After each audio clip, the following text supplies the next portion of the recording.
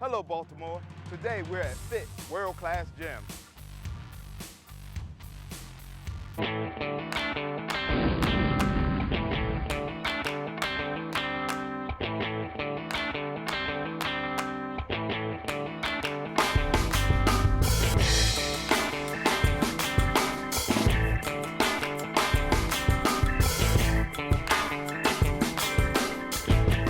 This gym has over 24,000 square feet of training space, loaded with all new equipment, most of which is made by Precor. Precor is an environmentally conscious, US-based fitness equipment company. Fit Gym offers cardio equipment, free weights, aerobics classes, spin classes, and childcare to name a few. Today I will demonstrate how the kettlebell can increase overall leg performance and development. Let's start with the plie squat or sumo squat. Feet are a little wider than shoulder width apart. I'm using my adductors, my head is up and my chest is up. Foundation is set, and then I begin. 1, 2, 3, 4, 5, 6, 7, 8, 9, 10. And the sumo squat, or plie squat as it's called, forces me to use my lower back, my quads, my hamstrings, and my glutes all at the same time. The next squat would be more conventional, can also be used with the kettlebell. Feet this time are just shoulder width apart. The kettlebell is so convenient because it's just one piece of equipment. That's all you need. 1, 2, 3, 4, 5, 6, 7, 8, 9, 10. Once again, my head is always up, my chest is up, my core is tight. I'm still using my quads, my glutes, my hamstrings. I'm going through my heels for more explosiveness and power. That's how athletes get bigger, faster, and stronger. Kettlebells can also be used to develop your upper body. Let's start with the back, which I like to call a kettlebell row. My head is up, chest is up, and I drive my elbow back. 1, 2, 3, 4, 5, 6, 7, 8. And with each pull and grab, I'm squeezing and holding my latissimus dorsi. We've now used kettlebells for legs, back. Now it's time for arms. This is a favorite of many women, overhead tricep extension. 1, 2, 3, 4. Get full range of motion. 5, 6, 7, and 8.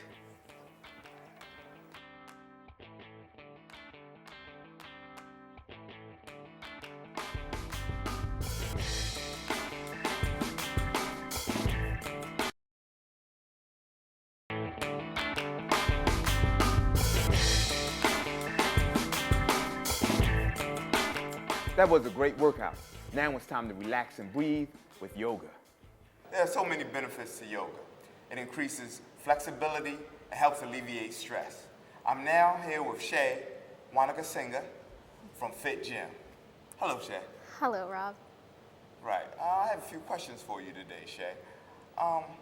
First one is, could you tell me what inspired you to be a yoga instructor? I found my path with yoga in 2004 when my family experienced an extreme tragedy. We lost a lot of family members and friends in the 2004 tsunami that took place in Southeast Asia. And at that time, I wanted to connect with an inner peace and also keep their memory alive. At that time, I was experimenting with different styles of yoga, and I just had that moment where it just connected, and that's how I wanted to continue to spread their memory as well as peace. So I started studying these styles more aggressively, and decided that I wanted to go into yoga instruction so that I could provide the peace and tranquility that yoga provided to me and the people that were around me at the time when we were coping with our loss. Wow. Okay. So therefore, pretty much each yoga class for you would be almost like a memorial to each of your family members.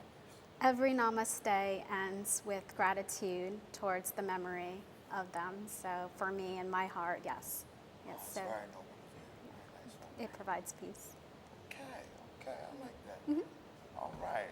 And could you tell me more about some of the health benefits too that comes with yoga? Well, what's nice about yoga is it's one of the rare practices or exercises that really gets you to focus on the breath the entire time you're engaging. So from the moment you walk into the class to the end of the class, you are constantly focused on connecting your breath with the movement or whatever we're doing at that time, whether it be sitting in a cross-legged seated pose or engaging in a more of a flow. You're constantly engaging in breath control, breath focus, which then you're taking the muscle and connecting it with the mind, and the breath is helping to bring it together. Okay. So if I'm having a tough day, my clients are not doing their reps or sets correctly, and they're, always late, and I'm just not in a frame of mind pretty much after I leave the gym, and I'm still not connected well. Will yoga pretty much help me with my anger management and the level of stress that comes from my everyday job? Absolutely. And what you'll find that in yoga is that in that moment that you start engaging, you release. And that's all the class is about. It's releasing. It's using your inhale breath to almost like wrap and surround that stress, that tension that you're holding in your body, and using the exhale breath to release it. So that's predominantly what my focus is in my class. We'll take any of our stress, tension, and I'll go through a muscle release exercise where we actually focus on that. And you'll find that by the end of the class, you just have a different perspective when you walk out. So it's very beneficial for our stress relief. Okay. I think I really need to pay more attention to my breath. I just thought it let me know that I was alive. So how could yoga be helpful to a trained athlete? Well, to a trained athlete, you want to focus on your flexibility. So therefore, yoga is going to benefit you in helping to release and relax those muscles after really long, hard workouts. Even using it as one of the days that you would use as a rest day, you could use that as a day to help just focus on the breath, focus on your flexibility for that day. So it complements tough workouts by giving you that chance to focus on flexibility. Okay. So when we come back, Shay is going to help me with my breath so I can increase my flexibility so I can become even faster and stronger.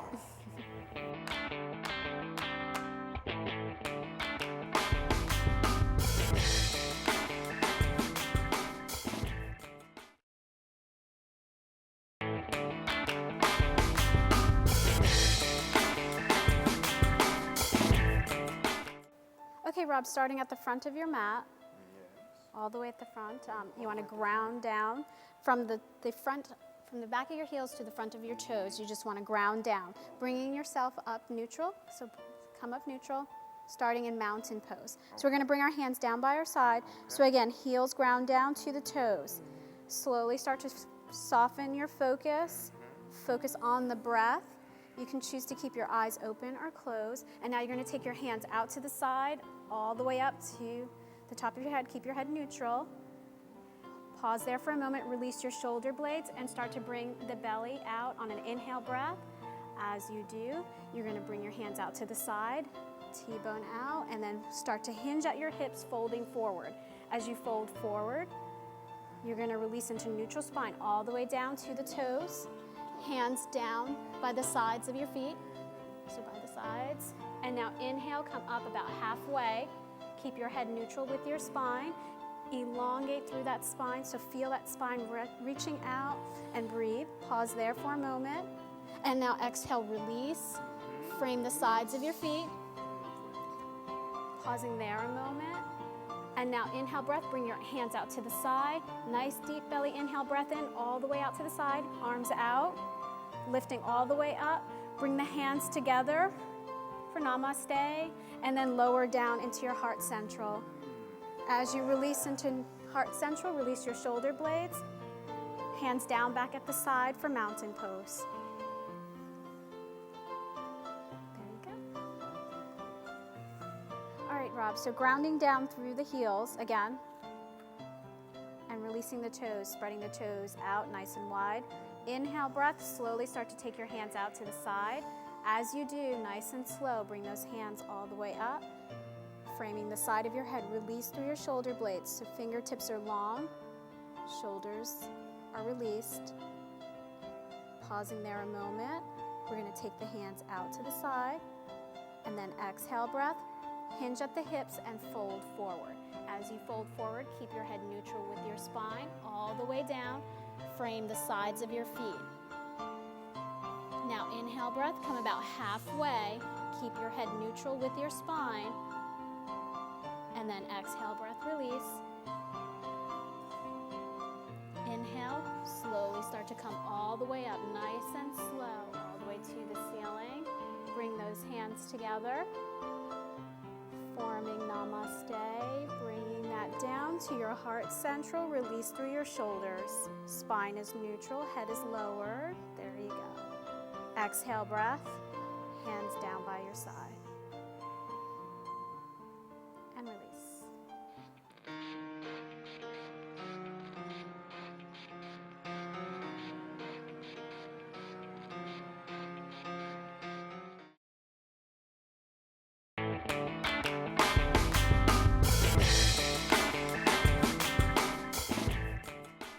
Mayor Stephanie Rawlings Blake and the Health Commissioner introduced Healthy Baltimore 2015 initiative. Here's Dr. Oxidi Barbeau to tell us all about it. Healthy Baltimore 2015 came about because there are many health challenges facing Baltimore City, and I wanted to create urgency in redoubling our efforts to improving health outcomes in the city. One of the most important things that Healthy Baltimore 2015 does is provide data for action. Healthy Baltimore 2015 provides a vision where all city residents will realize their full health potential, and it does this by creating a framework around which community partners can engage. The idea is to highlight the 10 priority areas that are most affecting the city in terms of morbidity and mortality, so that we can then create additional interventions to address those pressing issues. The 10 priority areas under Healthy Baltimore 2015 were chosen because these are the areas that account for the most morbidity and mortality. Said differently, they account for the greatest amount of lost opportunities with regards to deaths and with regards to disability and injuries. Healthy Baltimore 2015 priority areas were also chosen because these are areas where there have been evidence-based interventions demonstrated to be effective. And the idea is we want communities to take advantage of these opportunities so that we can accelerate the improvement in health outcomes. One of the unique things about Healthy Baltimore 2015 is that it takes into consideration social determinants of health, things that influence where we live, work, and play, such as levels of education, access to transportation, as well as economic opportunities. And the reason for taking these into account is that they oftentimes are the underlying drivers to ongoing health inequities. And so the overall goal of Healthy Baltimore 2015 is to improve the health status of all Baltimoreans. Healthy Baltimore 2015 has a number of partners that have already signed up to help us advance the health status of Baltimore City. These include academic institutions such as Johns Hopkins, University of Maryland, also includes our hospital partners, as well as the school system and all of our city agencies. We are also working with community partners from the Park Heights area and from other aspects of city. But the most important thing about Healthy Baltimore 2015 is that there's something for everyone, and we encourage all citizens and institutions to become partners. Individuals, organizations, and institutions interested in being partners of Healthy Baltimore 2015 can visit our website at baltimorehealth.org. Mayor Stephanie Rawlings Blake has been incredibly supportive of Healthy Baltimore 2015.